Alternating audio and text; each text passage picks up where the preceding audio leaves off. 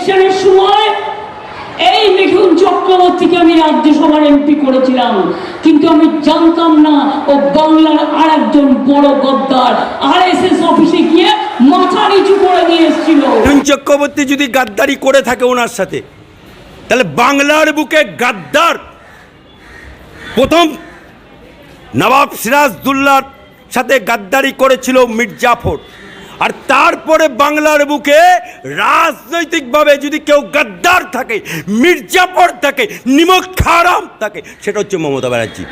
সেটা হচ্ছে মমতা ব্যানার্জি। তোমাকে তো কদিন আগে রামের নামে অ্যালার্জি ছিল, এই কে বললি জয় শ্রীরাম বললে উনি আবার খেপে যায়। হ্যাঁ, যে কিন্তু জয় শ্রীরাম বললে খেপে যায়, কিন্তু এখন মুসলমানদের কাছে আল্লাহর কসম খেতে ভালো লাগে। মমতা ব্যানার্জিকে বলছি, যদি অত মমতা বেগম হওয়ার খুব সহজ, তুমি এসো, আমি তোমাকে ফ্রিতে আমি মুসলমান ধর্ম গ্রহণ করে এফিডেভিট করে দেবো।